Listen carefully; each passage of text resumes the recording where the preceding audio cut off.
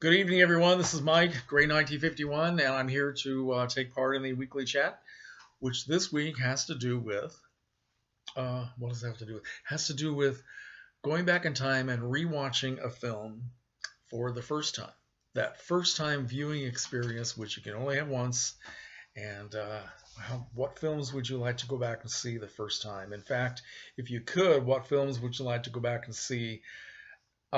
Maybe on the first night that they came out and experience that crowd experience that people had when they saw it on that very first night, or at least in the first run. Okay, so good topics, and also we can talk about some of our own first night, first watch experiences, either at the theater or at home. So I'll probably do a little bit of that too. So I can't help. I'm in a really good mood tonight because I just came back from doing my taxes, and I was so worried, but it turned out very well. And I get a big bunch of money back that I'm taking out of Donald Trump's pocket. Give it back. Give it back, you fat cat businessman. This is my money. So I'm very happy. Okay, so I see that James and Ian have both put up their videos, and I just noticed that my friend Steve has also put his up too, so I need to go watch that when I'm done with this one. Now, James and Ian both talked about some of the films that they would like to go back and see on the first run, and some of them that they mentioned are films that I was fortunate enough to see. For example, they both mentioned The Exorcist, and I did go to see The Exorcist when it came out in 1973, and that's something you never forget. That was quite an experience. I wouldn't have missed it for the world, and I had already read the book, but it did not diminish the impact of seeing all that stuff on the screen. It was pretty wild. And I also saw, let's see, what else did they talk about? I saw Superman 1978. That was a great experience. I saw Alien when it first came out, and of course now my Alien experience was spoiled a little bit because I've told this story on video, so please forgive me if you've heard this before, but I went to see this movie with a friend of mine named Linda. We saw a lot of movies together back in the 1970s, and she had already seen the film, but she wanted me to go see it with her again.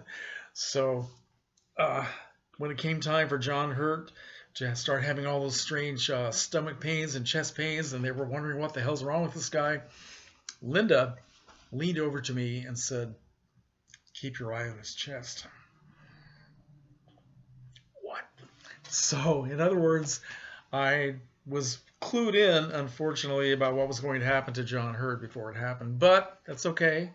I forgive Linda, and it was still a great movie, and I'm glad that I got to see it. I also saw Young Frankenstein when that first came out. James talked about that one. And I did not know that was not a financial success when it came out. That's what James says. I did not know that. I thought everybody loved that movie because I remember being there in 1974 with a bunch of friends and a crowd in the theater and everybody just laughing their asses off. That was a great experience. So I was kind of surprised. Yeah.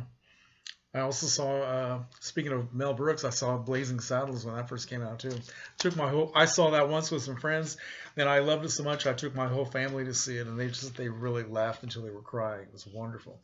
So I'd like to talk about a few films that I love that I would like to go back in time and see again when they were first coming out. And one of them is this 1957 classic called Witness for the Prosecution. Wow, what a great film. Great cast of actors. We have Charles Laughton, Tyrone Power, Marlene Dietrich, Elsa Lanchester, who of course was married to Charles Laughton. Now, I did not see this film until about maybe 2 years ago, and I saw it, lucky enough to see it on the big screen.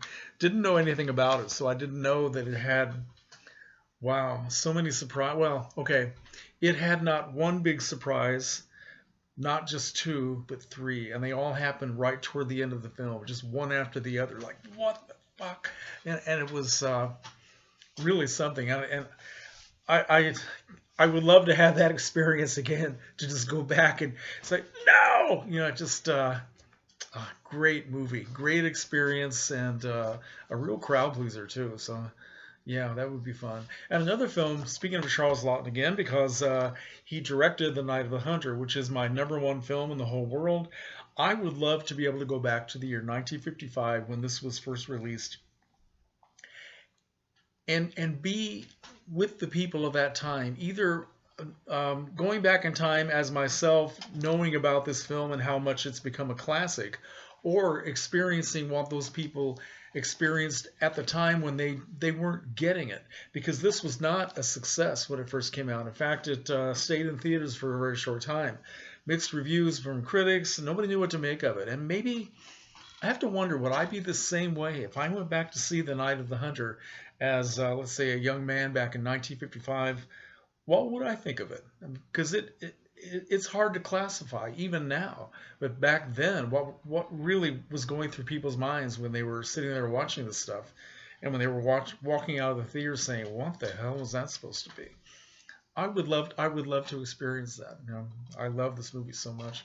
Okay, another movie that a classic. I would like to go back to the year 1946 to see The Best Years of Our Lives, with a crowd of people who had just come out of World War II and wondering, what is the world going to be like now? What are we going to do? What are our lives going to be?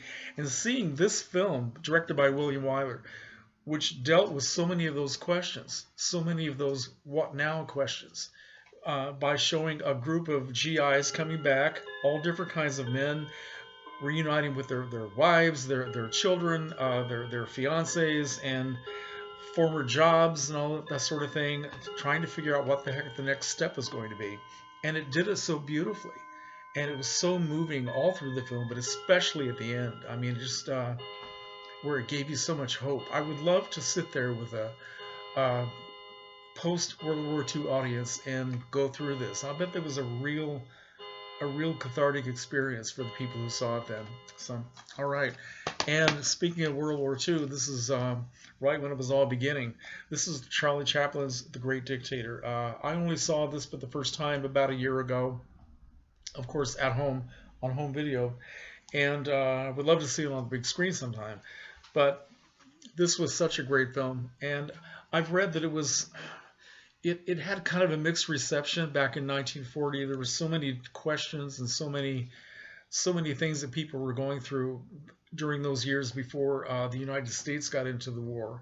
Europe was already fighting this by the time we got into it, and so Charlie Chaplin did this incredible send-up and critique of Adolf Hitler and all dictators, and it was very funny. But then at the end, when he had to stand up and give that speech, he turned it around on everybody who thought that he was going to be giving a Hitler-like speech. And he talked about the need to fight and the need for everyone to join together, Jews and Gentiles, black and white. It's just a very moving speech.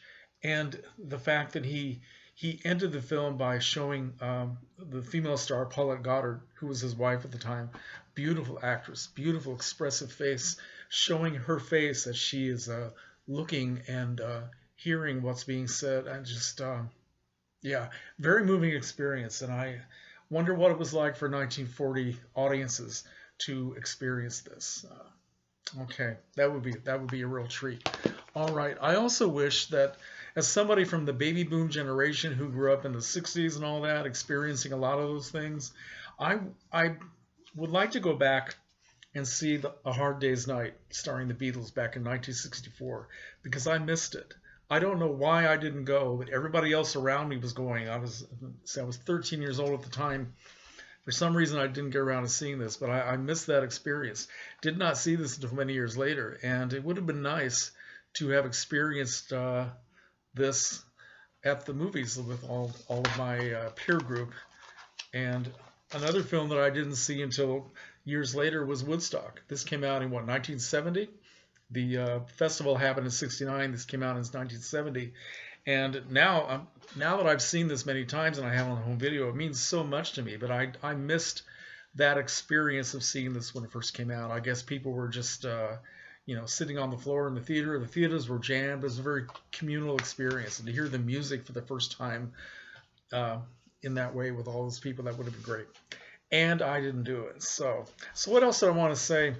James brought up my favorite horror film, and one of his now, Black Sunday. And I was trying to remember the first time I saw Black Sunday. I did not see it when it first came out in 1961. That was in America. And I was 10 years old. And I do remember that my sister went to see it. She's 3 years older than me, and it scared the hell out of her. And that was kind of the first time that I ever had any idea of what this movie was. And that was also about the same time that I was starting to read the monster magazines, and I was seeing still photographs from the film and Barbara Steele's face and all this sort of thing. And that's when I started to get interested. But I do not remember the first time I saw the movie. It had to be way back, well, I should say farther up in the late 1960s or maybe the early 70s. I really can't remember, but that would have been a real treat to see that in 1961 when I was 10 years old. It's strange that that year I did see another classic horror film, which is The Innocents, starring Deborah Kerr. And I did go to see that one. I'm not sure how I got away with that, and that's a very adult horror film as well. And there's no way in the world I understood all the psychosexual things that were involved in that film, that story.